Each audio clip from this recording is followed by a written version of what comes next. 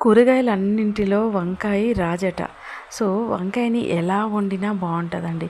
ఇంకా అందులో మసాలా వంకాయ వండామంటే ఇంకా చెప్పనవసరం లేదనమాట.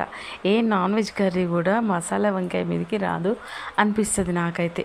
అంత ఇష్టం, అంత బావుంటది గూడా అనమాట.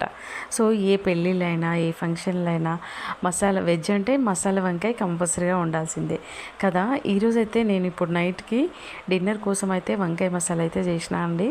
ఏందంటే రేపు మార్నింగ్ బాక్స్‌లలో కూడా పెట్టొచ్చు అన్నట్టుగా నైటే ప్రిపేర్ చేసిన. మా పిల్లలకి ఆల్రెడీ ఆకలేస్తుందంట. నేను వీడియో స్టార్ట్ చేయకముందే వాళ్ళు కర్రీ అన్నం పెట్టేసుకున్నారనమాట. అంత ఆకలేస్తుందన్నారు.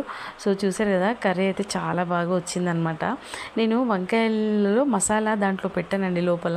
వంకాయలని అలాగే ఫ్రై చేస్తాను. తర్వాత ఈ మసాలాలన్నీ అలాగ మిక్సీ పట్టిన తర్వాత ఈ మసాలాని మళ్ళీ పోపేసి అది ఉడుకుతున్నప్పుడు ఈ నూనెలో ఫ్రై చేసిన వంకాయల్ని ఆ పేస్ట్లో వేస్తాను అనమాట. కొంచెం డిఫరెంట్గా అయితే చేస్తా. అయినా కూర చాలా బాగుంటుంది ఇట్లా. అయితే చాలా బాగా వచ్చింది. నోట్లో వేసుకుంటే కరిగిపోతుంది అన్నట్టుగా ఉందన్నమాట కర్రీ.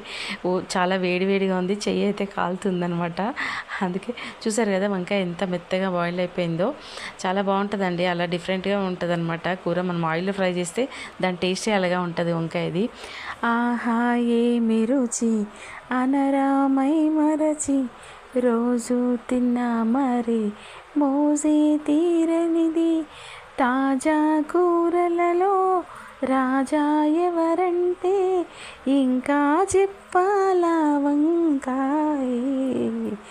ఆహా ఏమి రుచి అనరామై మరచి.